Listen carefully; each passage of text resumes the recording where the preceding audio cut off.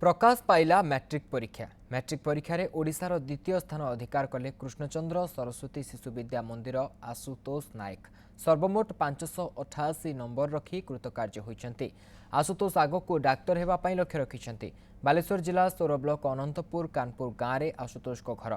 बापा रत्नाकर नायक जलसेचन विभाग रे कार्य करुथिबा बेले मां निर्मला महांती शिक्षयित्री अछन्ति।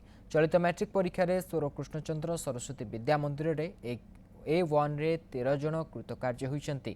विद्या मंदिर रे 54 परीक्षार्थी परीक्षा देई समस्त छात्र छात्री कृतकार्य होइछन्ति। परिश्रम अनुसार फल मिलथिबारु खुशी अछि एवं मोर जहाँ परिश्रम अनुसार जहाँ परिश्रम करी से अनुसार मार्क रही तथापि किसी आशा थिला मो समस्त सफलतार श्रेय मु मोर बापा माँ गुरुजी गुरुमा को देवाक चाहे और तथा ईश्वर को देवाक चाहे। मोर आगामी लक्ष्य अच्छी मत मेडिकल लाइन रे जीवार अच्छी डॉक्टर हेबार स्वप्न रखी से परिश्रम जारी रखी। खुशी तो अच्छी जे मो पिला तार परिश्रम पाई जे आज यही कृतित्व अर्जन करिवारे गौरव लाभ करिछि एवं सेथिपाई मो विद्यालयर गुरुजी गुरुमा को यही श्रेय देवाक चाहछि।